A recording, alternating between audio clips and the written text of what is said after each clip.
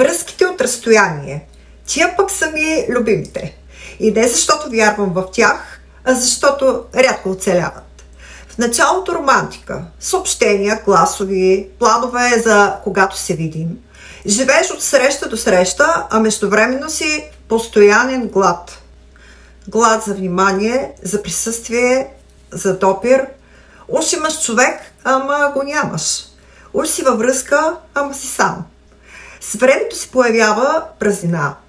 Разговорите се изчерпват, а темите се въртят около едни и същи досадни неща. После минават месеци, а реалните срещи са все по-малко. Хората често казват, ако има любов, няма разстояния. Не е вярно. Любовта иска присъствие. Мирис, поглед, допир. Разстоянието може да издържи малко, но не е години. След време остава само навик и страх да не изгубиш нещо, което отдавна не е твое. И докато си мислиш, че чакаш човека, всъщност чакаш края.